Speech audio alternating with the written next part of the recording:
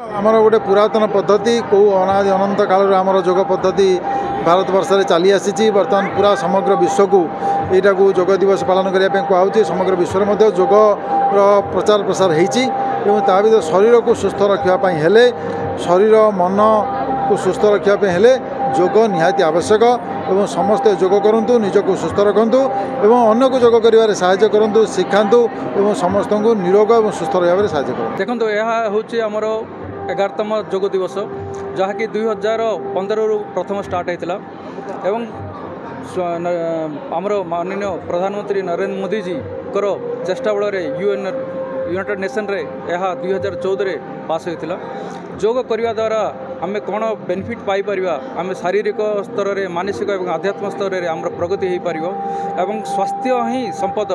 देखो बर्तमान तो ये आमर स्टेडियम रे प्राय 500 रु ऊर्ध्व थिले एवं पूरा 9टा आम 7टी ब्लॉक रे मध्य आमर योग कराई योग चली एवं पंचायत लेवल रे चली प्रत्येक स्कूल कॉलेज रे।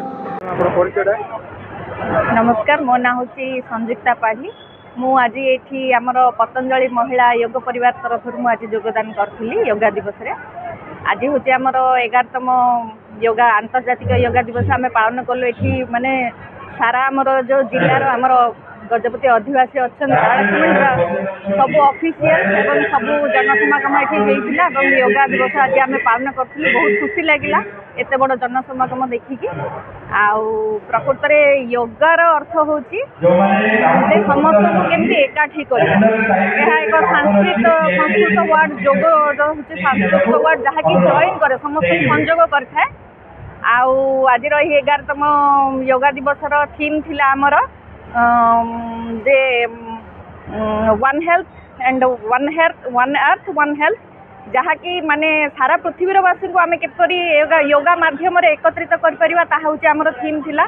आम समस्ते जानीचे योगा द्वारा आमे माने आमर शरीर आमर मन एवं आमर आत्मा ए तीनटा को आम एकाठी कर योगा हूँ आम शरीर पर नितांत आवश्यक जहाँकि आमर शारीरिक विकास मानसिक विकास एवं आमर आत्मिक विकास होता है।